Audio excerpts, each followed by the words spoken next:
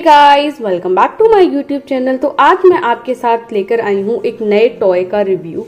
तो ये एक जेन्युइन रिव्यू है, कोई प्रमोशनल रिव्यू नहीं है। ये टॉय शिवित को गिफ्ट में मिला था, तो आई थॉट कि I just share a quick review with you. तो ये गीगल्स का टॉय है। गीगल्स बहुत ही फेमस जो है टॉय मैन्युफैक्चरर्स हैं। तो इनके जो टॉयज हैं, उनका जो डिज़ाइन है, जो कलर कॉम्बिनेशन है, वो बहुत प्यारा होता है। तो इसकी जो कॉस्ट लिखी हुई है वो 349 है, पर ये आपको 329 में मिल रहा है इस टाइम अमेजोन पर।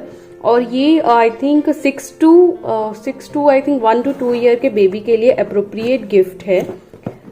सो this is a little toy over here, but I think till 1 year ही एक अच्छा गिफ्ट है अगर आप देते हो बच्चे को। तो ये इस तरह से एक छोटा सा टॉय है। आप देख सकते हो इसका जो डिजाइन है और जो इसका कलर कॉम्बिनेशन है वो कितना प्यारा दिया हुआ है।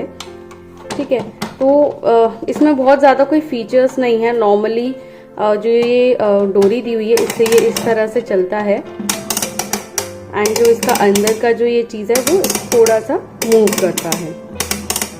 Okay, thank you guys.